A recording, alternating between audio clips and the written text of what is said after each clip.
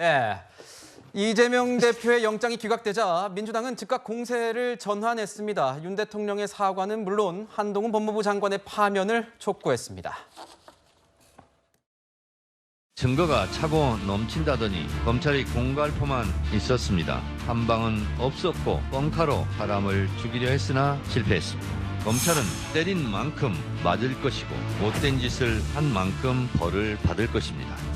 제1야당 대표를 이렇게 산산이 난도질을 할 수 있습니까? 한동훈 장관 국회에서 얼마나 날뛰었어요. 한동훈 장관이 깨끗하게 사퇴를 하고 잘못을 사죄하고 안 그러면 대통령이 해임하고 안 그러면 국회에서 탄핵해야 된다. 윤석열 대통령은 이번 수사를 지휘한 한동훈 법무부 장관을 즉각 파면해야 합니다. 한동훈 법무부 장관을 파면하라! 파면하라! 파면하라! 파면하라! 한동훈 법무부 장관을 파면하라! 파면하라! 파면하라! 파면하라! 한동훈 장관은 민주당의 파면 촉구에 대해서 당대표의 중대 불법을 수사해서 처벌하는 것이 파면할 사유인지 되물었습니다. 이어서 듣겠습니다. 민주당은 첫 만나면 저에 대해서 탄핵을 공언해 왔었죠. 자기 당 대표에 대한 구속영장이 기각됐다는 이유로 탄핵과 파면을 또다시 공언하고 있습니다.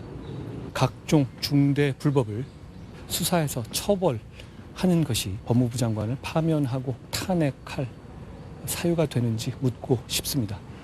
다수당의 권력이 범죄 수사를 방해하고 범죄를 옹호할 때 외풍을 막고 수사가 왜곡되거나 영향받지 않도록 하는 것은 법무부 장관의 임무입니다. 만약 민주당이 저에 대해서 어떤 절차를 실제로 진행하신다면 당당하게 대응할 것이라는 말씀도 드립니다.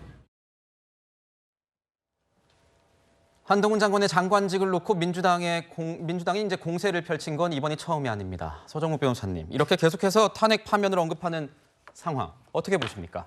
지금 이게 윤 대통령이 사과를 요구할 게 아니고 이게 문 대통령 아닙니까? 잘못 말한 거 아닙니까? 문재인 대통령 때 수사가 다 시작됐으니 문 대통령이 사과를 요구하면 모르지만 윤석열 대통령하고 수사가 아무 관계 없다. 관여한 적도 없고. 두 번째, 한동훈 장관이 파면이나 뭐 어떤 분에게 탄핵까지 언급하던데요.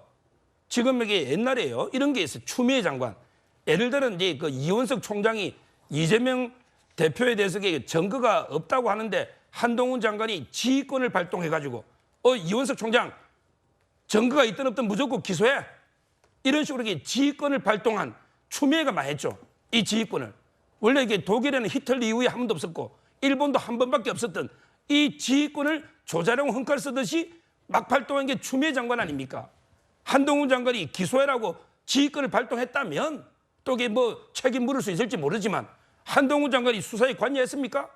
그냥 이원석 총장이 영장 청구한 거 법에 따라 국회에 가서 설명한 죄밖에 없어요. 설명을 뭐 3분 내에 끝내라. 우리 패널 발언 시간 제한 있습니까? 발언 시간 제한 없습니다. 근데 한동훈 장관 발언 시간 제한 있습니까? 제한 없잖아요. 뭐 10분 하든 20분 하든. 거기에 영장에 있는 거 설명하는데 그걸 또 고함 야유치까지 못하게 하더라고요. 그게 뭐 한동훈 장관 그게 피해사적 공표가 아니잖아요. 따라서는 말도 안 되게 파면 탄핵 뭐 고발하겠다 이런 식으로 이렇게 공개하는 이게 잘못된 거예요. 한동훈 장관을 겨냥한 민주당의 반격은요, 이 파면 요구에 그치지 않습니다. 공수처의 고발을 검토 중이라는 얘기까지 흘러나오고 있습니다. 문제가 된 당시 상황을요 준비해봤습니다. 들어보시죠. 이재명 의원은 김인섭과의 유착관계 자체를 부인하며 2010년 성남시장 당선 후에 김인섭을 멀리했다고 주장합니다. 그러나 2014년 재선 때도 김인섭이 자비로 선거사무소로 쓸 사무실을 마련하고 차명 후원금 1,000만 원까지 냈음을 보여주는 2014년 계좌거래 내역과 선거 후원금 내역, 수십 년간 김인섭이 이 의원의 선거와 정치활동을 지원했다는 김인섭, 유동규 등 측근들의 일관된 진술, 설명하는 것을 듣기 싫으시다면 내용을 알지 못하고 그냥 판단하겠다는 얘기밖에 되지 않겠습니까? 저는 국무위원으로서 여기서 그 내용을 설명할 임무가 있습니다. 네, 한동훈 장관이 이재명 대표의 체포동의 요청, 이 이유를 설명하는 과정에서 민주당은 피해 사실을 공표했다. 이렇게 보고 있는 겁니까? 그렇죠. 피해 사실 공표도 있고 사실 국무위원이라고 하셨잖아요. 공무원입니다. 중립성, 이제 정치의 중립성. 대한민국 국민한테 여쭤보십시오. 그 한동훈 법무부 장관이 국민의힘 법무부 장관일 것인지 아니면 민주당의 법무부 장관일 것인지 그러면 대부분이 대한민국 법무부 장관 아니고 국민의힘 법무부 장관으로 할 겁니다. 왜? 수사 자체를 저희들이 부정하는 것이 아니고 그 강도나 기간이 너무 과하다는 것이죠. 자꾸 야당 대표라고 하는데 일반인이 대통령도 6개월이면 수사 다 끝나는데 어떻게 일반인이 2년 동안 수사를 할 수 없지 않습니까? 그래서 저는 한동훈 법무부 장관께서 그동안 했던 것들 보면은 피해 사실 넘어서 비유도 적절하지 않아요. 어떻게 대장동 사건이 그 지자체의 토착 비리 수사입니까? 지금 박영수 특검 등 50억 클럽 다 법조계의 어떤 카르텔도 있는 것인데 이것을 규정해버리지 않습니까? 그리고 비유합니다. 100만 원짜리 휴대폰을 10만 원에 판다고. 휴대폰 100만 원에 100만 원 사는 사람은 공기계만 사는 사람이지 그렇게 구조로 해서 여러 가지 휴대폰 계약, 요금제에 따라서 10만 원에 살 수도 있는 겁니다. 그런 것을 비유라고 이렇게 해서 법이 낙인 찍어놓고 이제 구속영장 기각됐다고 해서 그게 범죄 유무가 성립된 것이 아니라고 하면서 한 발짝 뒤로 나가는 것은 저는 한동훈 법무장관께서 2년 동안 해왔던 언행을 비춰보면 굉장히 부적절한 것 같고요. 저는 제2의 한동훈이 나와도 똑같을 겁니다. 민주당이 정권을 잡더라도 이거는 수사를 해야 되는 겁니다. 심판을 봐서는 안 되기 때문에 저는 한동훈 법무부 장관은 어떻게 보면 그 대통령께서 마지막 해임할 수 있는 어떻게 권한, 권리를 드리는 것이고 안 될 때는 국민의 이름으로 그리고 민주당의 이름으로 탄핵 과정은 100% 진행할 걸로 확신하고 있습니다. 그 사실은요. 저도 국회의원을 지냈지만 국회의원들이 다수당의 힘이라는 게 어마무시합니다. 그 국회의원들 다수당의 그 힘으로 갑질을 하겠다고 시작을 하면요. 그거를 말릴 수 있는 방법이 없어요. 예를 들어서 공무원들은요. 갑질을 하면 직권남용이 돼요. 처벌도 받을 수 있어요. 근데 국회의원들이 갑질을 하면요. 그거는 규정이 없어요. 직권남용 이런 게 안 되잖아요. 그러니까 마구 무책임하게 막 갑질하고 있는 거예요. 예를 들면 이상민 장관에 대해서 탄핵을 한다. 그러면 그거 헌법재판소에서 안 될 거라는 거 다 알아요. 웬만한 법조인들 다 얘기할 거고 민주당 내에 법조인 없겠습니까? 그들도 알아요. 탄핵될 거를 안 될 거를 알면서도 탄핵하겠다라고 하면서 막 하는 거예요. 소추하고. 그거 왜 그러겠어요? 결국 그거는 윤석열 정권을 타격을 가하겠다. 이렇게밖에 생각이 안 되잖아요. 그래서 제가 볼 때는 지금 현재 지금 대한민국이 이게 비정상이라는 게 바로 이런 데서 나오는 거예요. 민주당이 다수당이기 때문에 그 다수당의 대표를 범죄 혐의가 그렇게 많은 사람을 그 보호하기 위해서 계속 방탄 정당을 만들어 버리면서 계속 윤석열 정부를 공격하고 그다음에 검찰하고 싸우고 검수완박이라고 해갖고 법안 통과시키면서 검찰의 힘을 다 빼놓고도 또 무도하다고 검찰을 공격하고 있고 지금 이게 정상입니까?